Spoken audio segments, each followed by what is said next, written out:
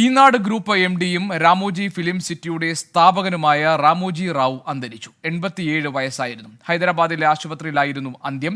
Indian മാധ്യമരംഗത്ത് വിപ്ലവം സൃഷ്ടിച്ച ദീർഘദർശിയായിരുന്നു വിടവാങ്ങിയതെന്ന് പ്രധാനമന്ത്രി അനുശോചന സന്ദേശത്തിൽ പറഞ്ഞു. അരുൺ പൂപ്പറമ്പ ഉണ്ട് വിവരങ്ങൾ നൽകാൻ. അരുൺ, ഇപ്പോൾ പൊതുദർശനത്തിന് വെച്ചിരിക്കുന്ന മൃതദേഹത്തിൽ അന്തിമോപചാരം അർപ്പിക്കുന്ന പ്രമുഖരെ നമുക്ക് ദൃശ്യങ്ങളിൽ കാണാൻ കഴിയുന്നുണ്ട്. നേരത്തെ വന്ന ദൃശ്യങ്ങളാണ്. എന്താണ് ഏറ്റവും പുതിയ വിവരം? എപ്പോഴാണ് സംസ്കാര ചടങ്ങുകൾ നടക്കുക? വിശദാംശങ്ങൾ എന്തൊക്കെയാണ്?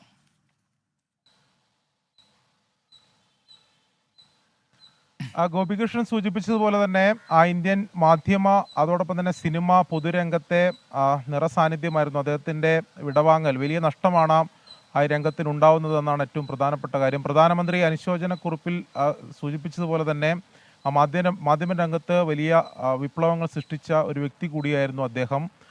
ഈനാട് പത്രം, അതായത് ആന്ധ്രാപ്രദേശിലെ തെലുങ്കിൽ തന്നെ ഏറ്റവും പ്രധാനപ്പെട്ട ഒരു പത്രം, ഭാഷാപത്രം എന്ന നിലയിൽ രാജ്യത്ത് തന്നെ ശ്രദ്ധിക്കപ്പെട്ട ഒരു പത്രം എന്ന ഒരു ഖ്യാതി കൂടിയുണ്ട്. അദ്ദേഹത്തിൻ്റെ വിടവാങ്ങൽ ഉണ്ടായി ഇന്ന് പുലർച്ചെ 4:50-നാണ് ഹൈദരാബാദിലെ സ്വകാര്യ ആശുപത്രിയിൽ വെച്ച് മരണം ആദ്യം സംഭവിച്ചത്.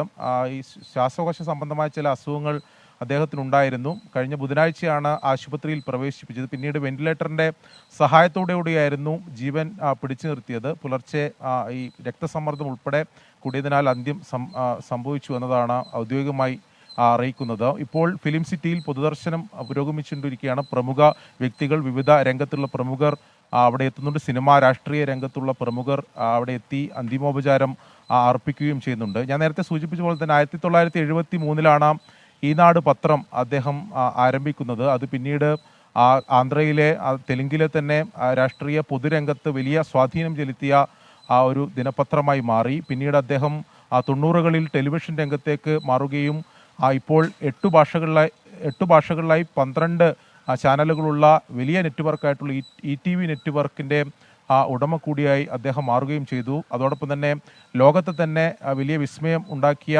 ഫിലിം സിറ്റി, ഹൈദരാബാദിലെ ഫിലിം സിറ്റി, രാമോജി ഫിലിം സിറ്റിയുടെ സ്ഥാപകൻ കൂടിയാണ് അദ്ദേഹം. അത്തരത്തിൽ പല മേഖലകളിലായി വ്യക്തിമുദ്ര പ്രകടിപ്പിച്ച അദ്ദേഹത്തിൻ്റെ വിടവാങ്ങൽ വലിയ നഷ്ടമാണ് ഉണ്ടായിട്ടുള്ളത്. സിനിമാ രംഗത്തും നിറസാന്നിധ്യമായിരുന്നു. 83-ലാണ് അദ്ദേഹം സിനിമാ നിർമ്മാണ രംഗത്തേക്ക് കടന്നു വരുന്നത്. പിന്നീട് വിവിധ ഭാഷകളിലായി 80-ലധികം ചിത്രങ്ങൾ അദ്ദേഹം നിർമ്മിച്ചിട്ടുണ്ട്. 2016-ലാണ് രാജ്യം പത്മവിഭൂഷൺ നൽകി അദ്ദേഹത്തെ ആദരിച്ചത്. അതോടൊപ്പം തന്നെ തെലുങ്കിൽ 4 ഫിലിം ഫെയർ അവാർഡുകളും അതോടൊപ്പം തന്നെ 2 തവണ ദേശീയ ചലച്ചിത്ര പുരസ്കാരം നേടിയിട്ടുണ്ട് അദ്ദേഹം. ഞാൻ സൂചിപ്പിച്ച പോലെ തന്നെ അദ്ദേഹം അത്തരത്തിൽ വിവിധ രംഗങ്ങളിലായി വലിയ സംഭാവനകളും ഇടപെടലുകളും നടത്തിയിട്ടുള്ള ഒരു വ്യക്തിയാണ്. അതുകൊണ്ട് തന്നെ വലിയ നഷ്ടമാണ് ഈ പൊതു സിനിമാ രംഗത്തെ കുലപതി രാമോജി റാവുവിന് ആദരാഞ്ജലികൾ. അരുൺ പൂപ്പറമ്പയാണ് വിവരങ്ങൾ നൽകിയത്.